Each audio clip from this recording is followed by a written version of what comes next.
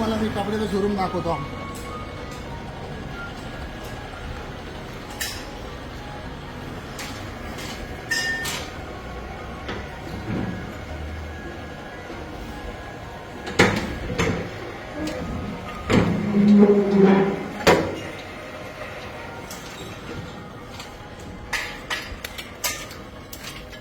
बघू शकता तुम्ही इथे सगळ्या प्रकारचे कपडे आहे मंडपला लागणारे.